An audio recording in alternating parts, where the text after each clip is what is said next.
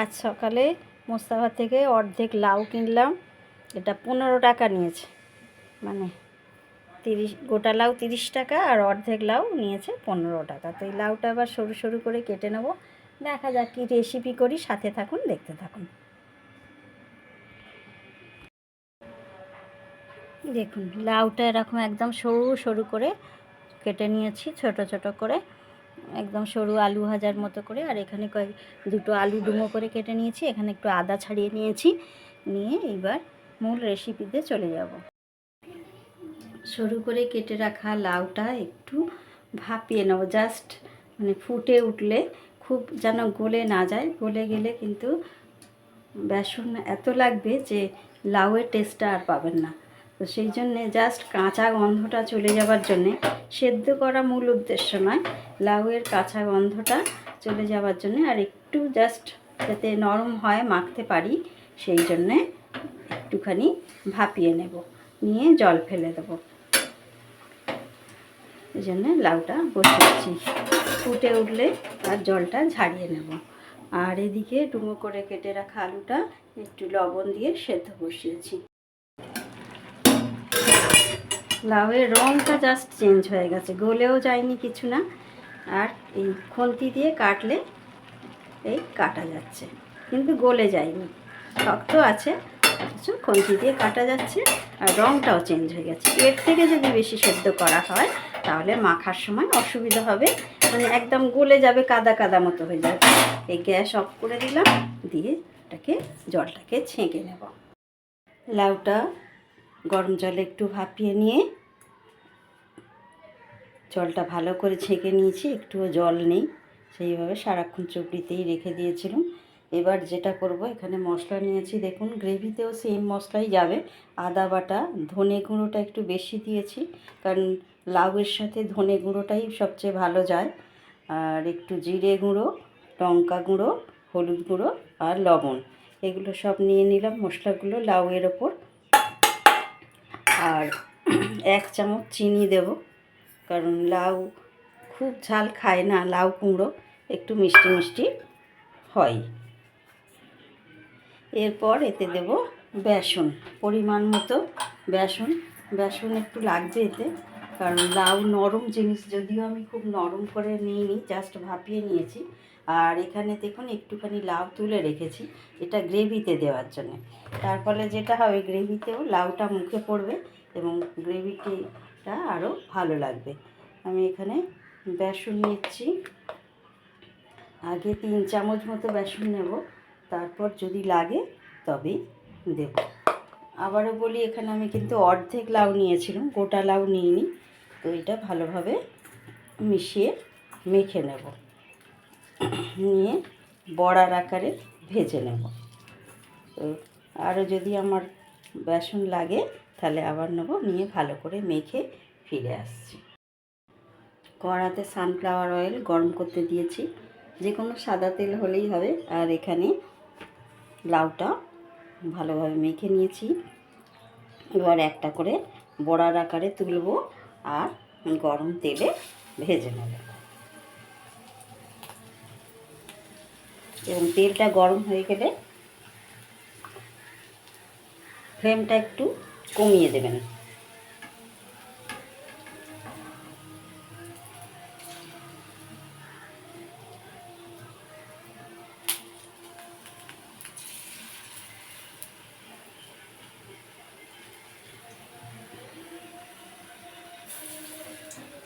আর এখানে বলে রাখি, লাউ যেহেতু নরম জিনিস, সেই জন্যে এখানে কিন্তু বেসনটা একটু বেশিই লাগে।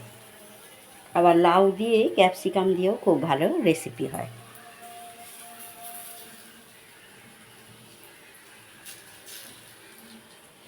আস্তে আস্তে বড়াগুলো সব ভেজে নেব। এক পিঠ আমি উল্টে দিয়েছি, এক পিঠ ভাজা হয়ে গেছে, আরও এক পিঠ ভাজতে দিয়েছি। আপনারা ইচ্ছা করলে বড় বড় করে তাড়াতাড়ি করেও করে নিতে পারেন। আমি মাঝারি সাইজ করেছি, আপনাদের যেটা পছন্দ সেটাই করবেন। এক খোলা আমি ভেজে তুলে নিয়েছি, আর এক খোলা বসিয়েছি, এখনও 2-1 খোলা হবে। তো সেই জন্য সব কটা ভেজে নিয়ে ফিরে আসছি। গ্রেভি করার সময় আবারও দেখাবো রেসিপিটা কী করে করতে হবে। কড়াইতে বড়াগুলো কোপ্তাগুলো ভেজে নিয়ে তুলে নিয়ে এবারে যে তেল আছে তাতে আলুগুলোকে ভেজে নেব। আলুগুলো আগেই সেদ্ধ করে রেখেছি, আপনাদের সেদ্ধ করার সময় দেখিয়েছি।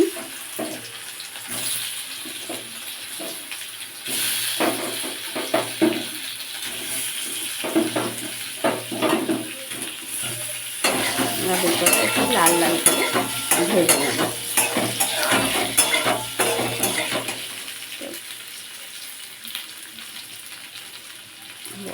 এগুলো ফেলে দিতে হয়।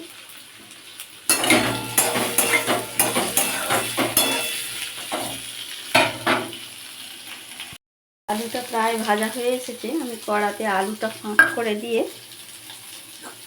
তেজপাতা আর জিরে ফোড়ন দিলাম, একটা তেজপাতা আর একটু জিরে ফোড়ন দিয়ে দিলাম। আমি বেশি তেল আর দেবো না, কারণ যেহেতু নামাবার সময় একটু ঘি দেবো এবং কোপ্তাগুলো সমস্তই তেলে ভাজা হয়েছে। যতটা তেল কম পাওয়া যায় আমি সবসময় বলি।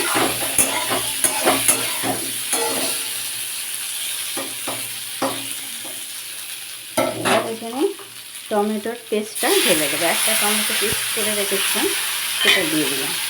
দিয়ে যেটা করবো, আমি এবার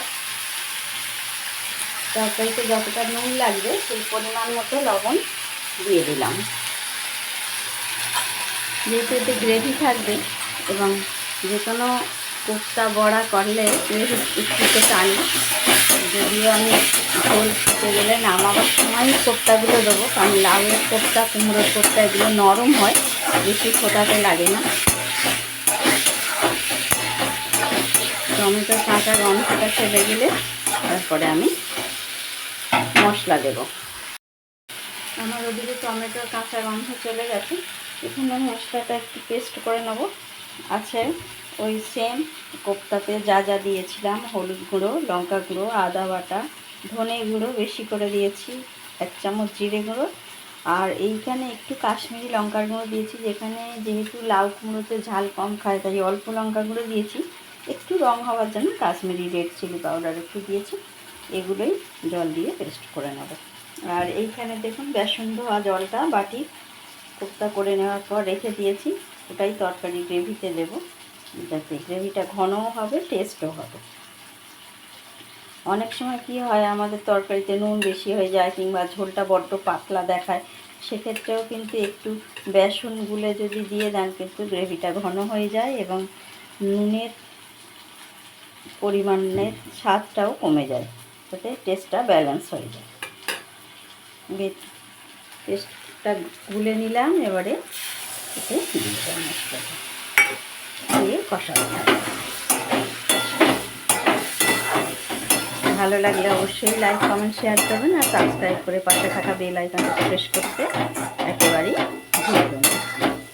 মশলাটা একটু কষিয়ে নিই, আদার কাঁচা গন্ধটা চলে গেলে এটা কষতে কষতেই আমি আর যেটা দেবো, চিনি দেবো।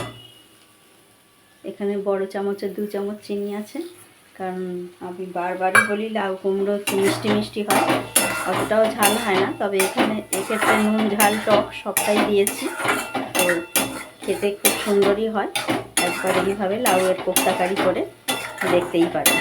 আপনারা যদি মনে করেন আলু দেবেন না, সেক্ষেত্রে আলু নাও দিতে পারেন, কারণ অর্ধেক লাউয়ে আমার অনেকগুলোই দেখুন কোপ্তা হয়ে গেছে। এই সময় আরও আমি আর একটা জিনিস দেবো, সেটা হলো একটুখানি আমি লাউ বাঁচিয়ে রেখেছিলাম, আপনাদের বলেছি গ্রেভিতে দেওয়ার জন্য, সেই লাউটাও দিয়ে দেবো। কারণ এটা পুরোপুরি সেদ্ধ হয়নি, আমি জাস্ট কালারটা চেঞ্জ হয়েছে সেই অবস্থায় নামিয়ে নিয়েছি। আর সরু করে কাটা, সেদ্ধ হতে বেশি টাইমও লাগে না। এটার সাথে মশলার সাথে দিয়ে দিলাম।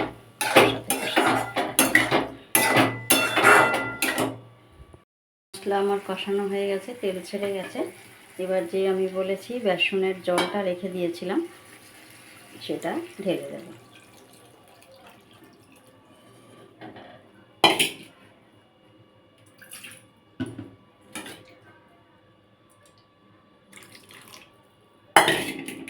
আমার যেহেতু আলু সেদ্ধ হয়ে গেছে, মশলা কষানো হয়ে গেছে, গ্যাসটা একটু বাড়িয়ে দিলাম।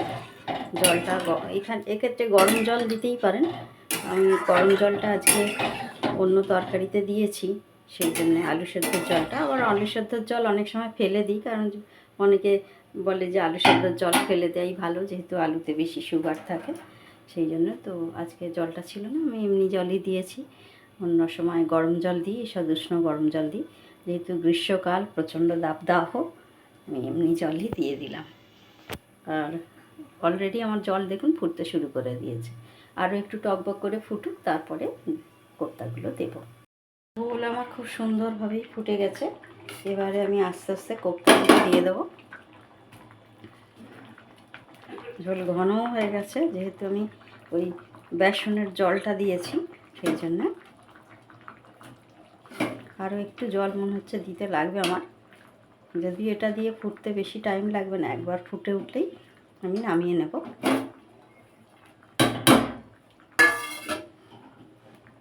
এবার ওপর থেকে গরম মশলাটা দিয়ে দিলাম, হালকা হাতে নেড়ে নেব।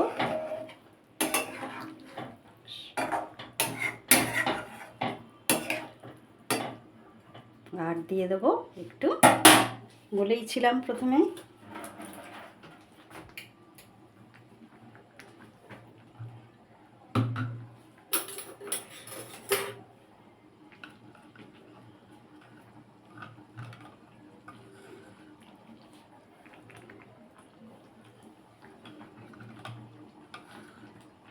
ছোটো চামচের 2 চামচ ঘি দিয়ে দিলাম।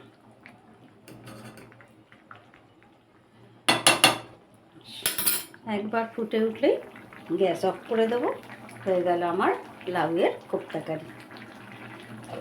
কেমন লাগলো বন্ধুরা অবশ্যই জানাবেন। ভালো লাগলে লাইক কমেন্ট শেয়ার করবেন, আর সাবস্ক্রাইব করে পাশে থাকা বেল আইকনটা প্রেস করতে একেবারেই ভুলবেন না।